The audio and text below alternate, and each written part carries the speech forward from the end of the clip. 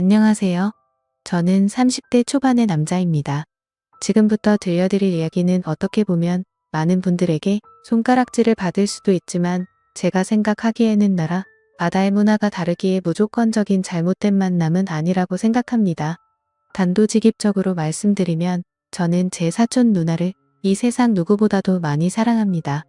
단순히 어린 마음으로 순간의 감정으로 쉽게 빠져든 게 아니라 제 목숨을 바칠 수 있을 만큼 사랑하고 있죠. 참 아이러니합니다. 어떤 나라는 사촌 간의 결혼이 가능한 곳도 있는데 우리나라에서는 이런 만남과 결혼이 결코 일어날 수 없는 일이라고 하니 말이죠. 그렇다고 처음부터 무턱대고 사촌 누나와 사랑에 빠져버린 건 절대로 아니었습니다. 정말 세상에서 일어나는 많은 사연들을 보면서 어떻게 저런 일이 있을까 싶었지만 그런 말도 안 되는 일이 저에게도 결국 일어나고 말았던 거죠. 부디 제 사연을 읽어주시면서 무조건적인 잘못된 만남이라고 지적하기보다는 보다 나은 방법을 알려주시거나 부디 긍정적인 시선으로 바라봐 주셨으면 좋겠습니다. 왜냐하면 굳이 저를 질타하지 않으셔도 저는 충분히 많이 힘들기 때문입니다. 저는 어릴 때부터 외가댁 식구들은 자주 만나지는 않았지만 친가댁에 있는 둘째 고모네와는 유독 가까웠고 사촌들 간의 우애가 깊었습니다. 둘째 고모가 저희 아버지와 어릴 때부터 너무 잘 지내왔기에 그런 환경이 조성되었던 거죠. 아무튼 둘째 고모네는 고모부께서 외국에서 사업을 크게 하셨기에 형편이 아주 좋았습니다. 그래서 여름 휴가나 겨울 휴가 때 항상 저희 집으로 딸들을 데리고 오시곤 했었죠. 그것도 잠깐 와서 며칠 정도를 지내고 가는 수준이 아니었고 한번 내려오면 방학 기간이 끝날 때까지 오랜 시간을 머물고는 했었습니다. 그때는 그런 방문이 좋기도 하면서도 정말 싫기도 했었습니다. 어린 나이에 혼자 놀지 않아서 좋기는 했지만 TV를 보려고 할 때면 박 터지게 싸우고 그랬기 때문이죠. 심지어 저는 외동 아들이어서 혼자였는데 고모네 딸은 3명이었습니다. 첫째 누나는 저보다 2살이 많았고 나머지 동생 둘은 저와 동갑과 2살 아래였었죠.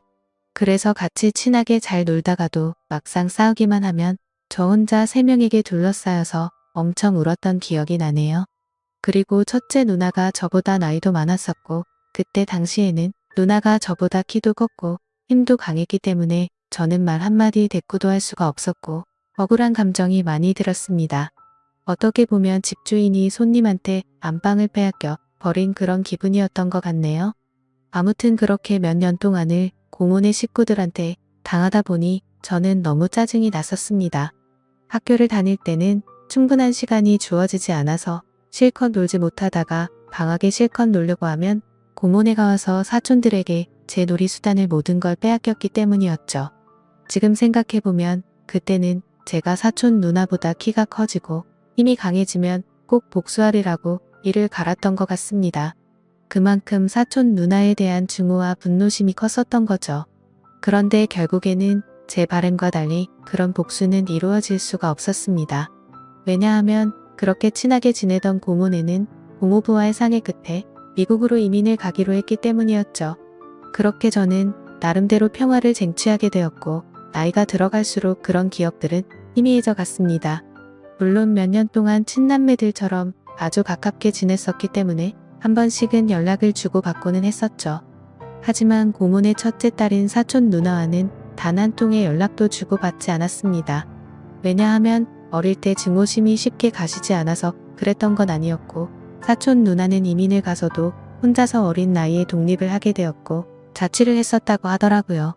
그래서 굳이 따로 사촌 누나에게 연락하고 싶은 생각도 없었기에 자연스럽게 연락을 주고받지 않았던 거죠.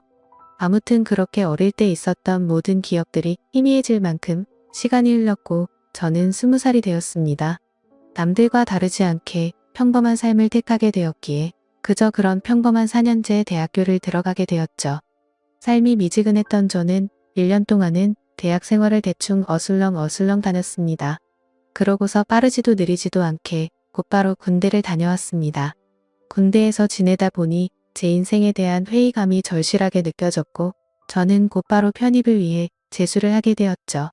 다른 사람들은 저녁 이후에 대부분 군대에서 보낸 시간을 보상받는다는 명목하에 사람들끼리 어울려서 술을 마시고 흥청망청 놀 시간에 저는 그러지 않았습니다. 저는 정말 1년이란 시간 동안 정신이 나간 사람처럼 공부를 했습니다. 친구들이 제게 독하다고 욕을 하고 저주를 퍼부을 정도였습니다. 솔직히 그런 게 내 인생에 도움을 주는 건 전혀 없었기에 가볍게 무시했었죠. 그래서 엄마 휴대폰을 잠시 사용해서 연락이 안 될 거라고 통보를 한 뒤에 제 휴대폰은 개통조차 하지를 않았습니다. 그때 당시에 제 하루 일과는 정말 처절했습니다. 잠을 자다가 일어나면 공부로 시작해서 밥 먹는 시간과 화장실을 가는 시간을 제외하고는 오로지 하루 종일 공부만을 하면서 시간을 보냈습니다. 그로 인해서 코피는 하루라도 안 흘리면 이상할 정도였었고, 여름에는 하루 종일 앉아있는 탓에 엉덩이에 땀띠가 너무 심각해져서 병원까지 다닐 정도였었죠. 그렇게 1년 동안 공부를 열심히 한 끝에 수능을 보게 됐습니다. 결과는 생각보다는 잘 나왔지만 결국 정말 아주 아쉽게 제가 바라던 대학교에는 떨어지고 말았습니다. 그래서 두 번째 지망하던 학교를 가느냐 아니면 1년을 더 준비를 하느냐의 기로에 서게 되었죠.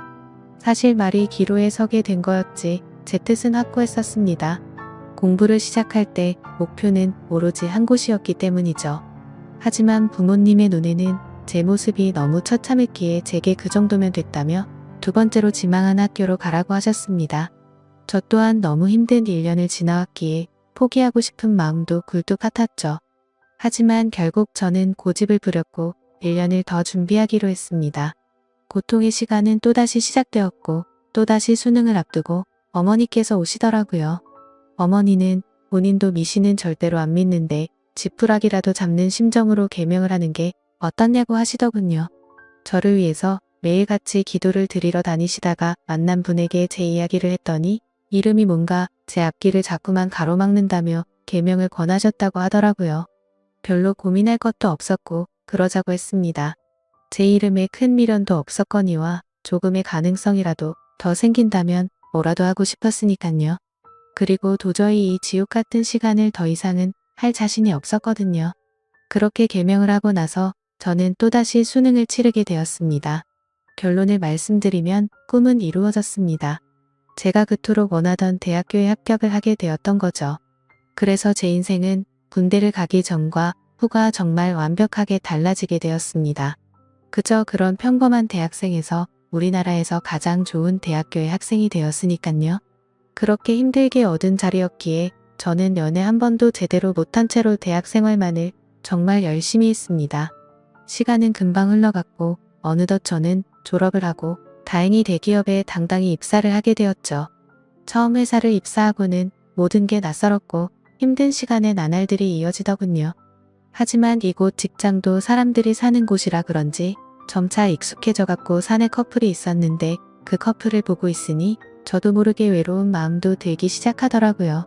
제가 학창시절에 엄청나게 인기가 있는 스타일은 아니었지만 적어도 여자친구가 없는 기간이 1개월도 넘기지 않을 만큼 항상 여자친구가 있었거든요. 대부분은 오랜 시간 동안 만남을 가졌기에 많은 여자들을 만난 건 아니었죠. 아무튼 이제는 열심히 이루고자 하는 바도 일단은 어느 정도 이뤄낸 것 같은 마음이 들기 시작했고 다른 사람들처럼 친구들도 만나고 회식도 하고 평범한 나날을 보내고 있었습니다. 그리고 주말을 앞둔 금요일 저녁 제 인생을 송두리째 바꿔놓은 여자를 만나게 되었습니다. 그날은 모처럼 회사를 마치고 친구들과 강남에 있는 술집에서 자리를 가졌고 술에 취한 나머지 평소에 거들떠도 보지 않던 감성주점의 술집으로 향했습니다.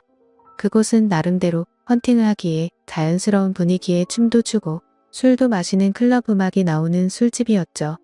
저는 시끄러운 곳은 그렇게 좋아하지 않는 성격이어서 별로 재미가 없었습니다. 그런데 참 눈이 즐겁긴 하더라고요. 어린 사람들이 신나게 꾸미고 와서 그런지 하나같이 잘생기고 예쁜 사람들 투성이었죠. 그렇게 한참을 놀다가 제 눈에 띄는 한 사람이 있었는데 그녀를 보자마자 첫눈에 사랑에 빠지는 기분이 들었습니다. 왜 그렇게 생각할 정도였냐면 저는 평생 여자에게 번호를 물어본 적이 없었는데 그 여자를 놓치고 싶지 않은 마음에 정신이 나갔던 건지 저도 모르게 그녀에게 다가가서 때뜬 번호를 물어봤던 거죠. 그녀는 시끄러운 소리에 네? 라고 되물었고 저는 다시 한번 번호 좀 알려주실 수 없냐고 물어봤습니다. 그러자 그녀는 죄송한데 남자친구가 있다며 정중하게 거절을 하더라고요. 그때 돌아섰으면 됐을걸? 자존심 구겨지게 친구로라도 지내고 싶다며 재차 물어봤습니다. 그녀는 다시 한번 죄송하다고 하고는 그 자리를 떠나더군요. 생애 처음으로 번호를 따본 거였는데 거절을 당해서 너무 창피해 죽겠더라고요. 쥐구멍이라도 숨고 싶은 심정이 이런 건가 싶었습니다.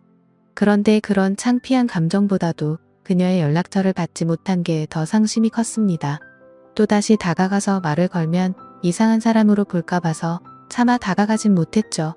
그렇게 조용히 술을 마시면서 그날 그곳에서 오로지 그녀만 쳐다보다가 집으로 돌아갔습니다. 집에 와서도 용기를 다시 내볼 걸 그랬나 생각도 들었고 정말 아쉬운 마음에 밤새도록 잠을 설쳤었던 기억이 나네요.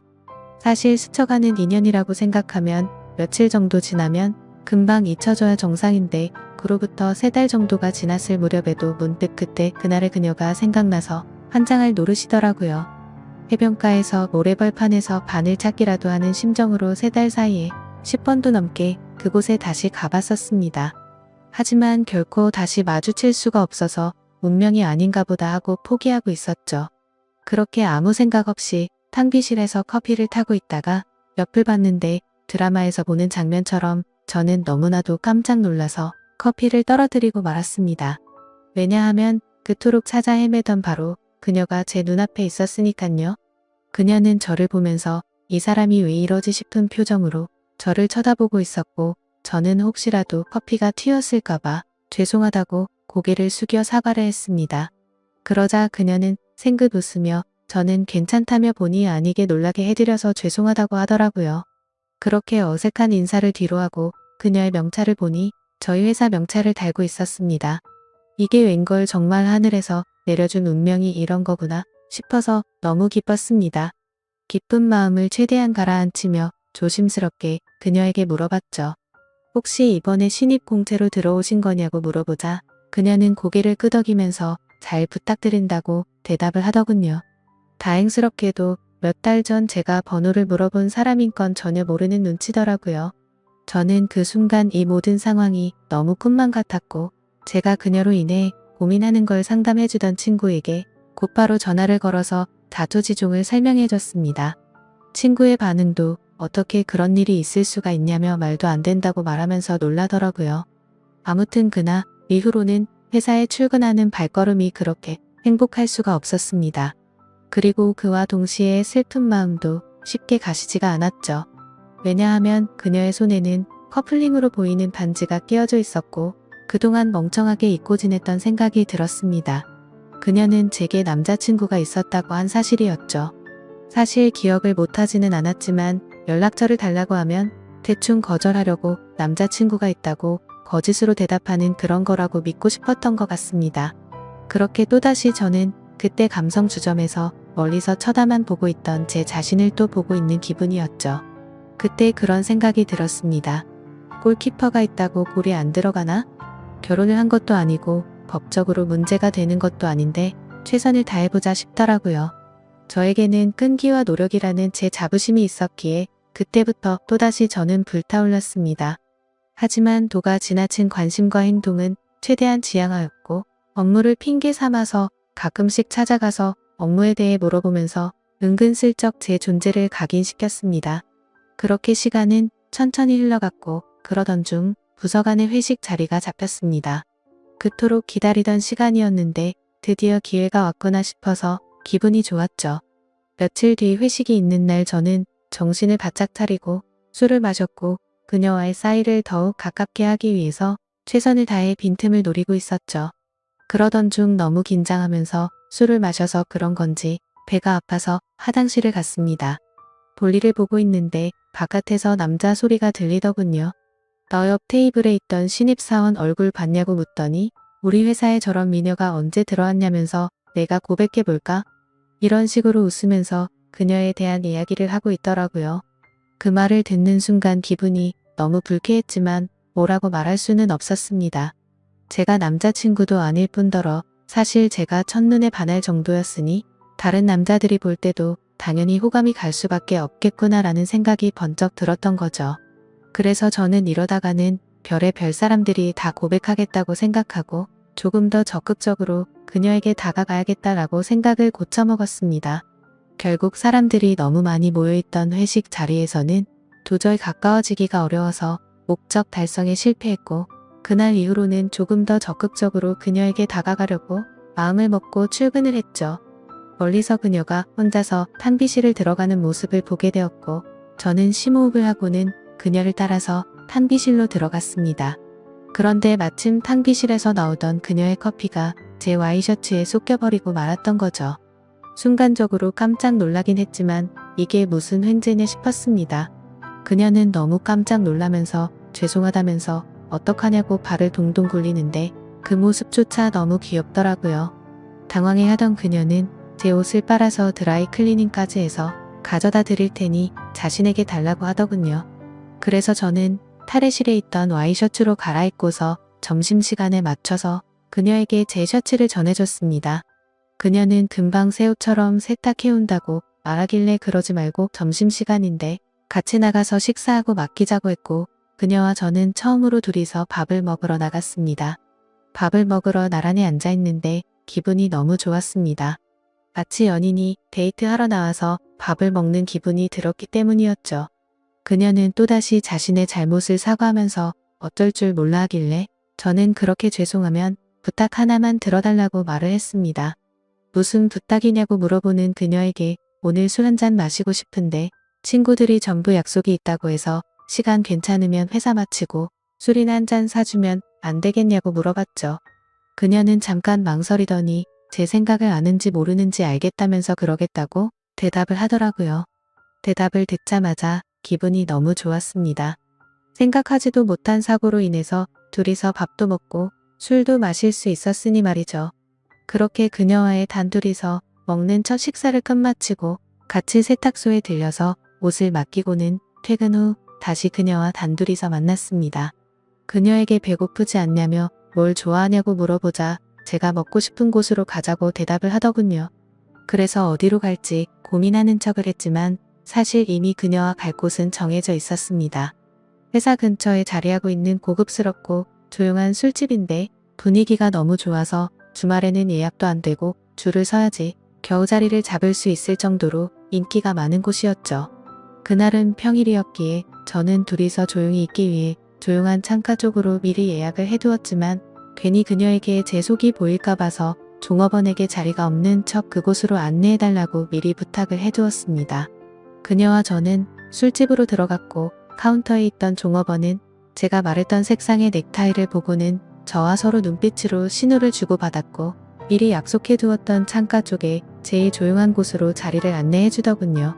그녀는 자리에 앉자마자 이렇게 좋은 곳은 한국 들어오고서 처음 와본다며 좋아하더라고요. 그 말을 듣고 한국에서 지낸 게 아니냐고 물어보자 이민을 가서 학창시절을 다 미국에서 보냈다고 대답을 했고 이 회사에 입사를 하기 위해서 몇 달 전에 한국으로 들어온 거라고 말하더군요. 그래서 굳이 왜 미국에서 회사를 다니지 않고 우리나라로 들어온 거냐고 물어보자 오랫동안 미국 생활을 했는데 본인은 우리나라에서 살고 싶었다고 하더라고요. 그렇게 저는 두근거리는 마음을 최대한 드러내지 않으면서 자연스러운 대화를 이어갔고 술이 점점 취해가게 되자 그녀와 저는 서로가 농담도 주고 받을 정도로 점점 가까워지고 있었습니다. 그러다가 저는 술 기운을 빌려서 그녀에게 적극적인 자세로 물어봤죠. 손에 낀 반지는 커플링인 것 같은데 한국에 들어온 지 얼마 안 됐을 텐데 남자친구는 한국에 있는 건지 미국에 있는 건지 물어봤습니다. 그녀는 손가락에 있는 반지를 만지더니 웃으면서 대답했습니다. 이거 미국에서 저희 아버지가 선물해 준 거라고 하더라고요. 그러면서 한국 와서 남자들이 너무 많이 말을 걸어서 귀찮은 마음에 이 손가락에 끼고 있었던 거라고 대답하더군요. 그 순간 천국에 있으면 이런 기분인 건가 싶으면서 구름에 앉은 것처럼 기분이 좋았습니다. 그동안 가장 마음에 걸렸던 게 그녀의 남자친구였는데 사실은 남자친구가 없다라고 하는 순간 모든 걱정이 눈 녹듯이 사라지게 된 거죠.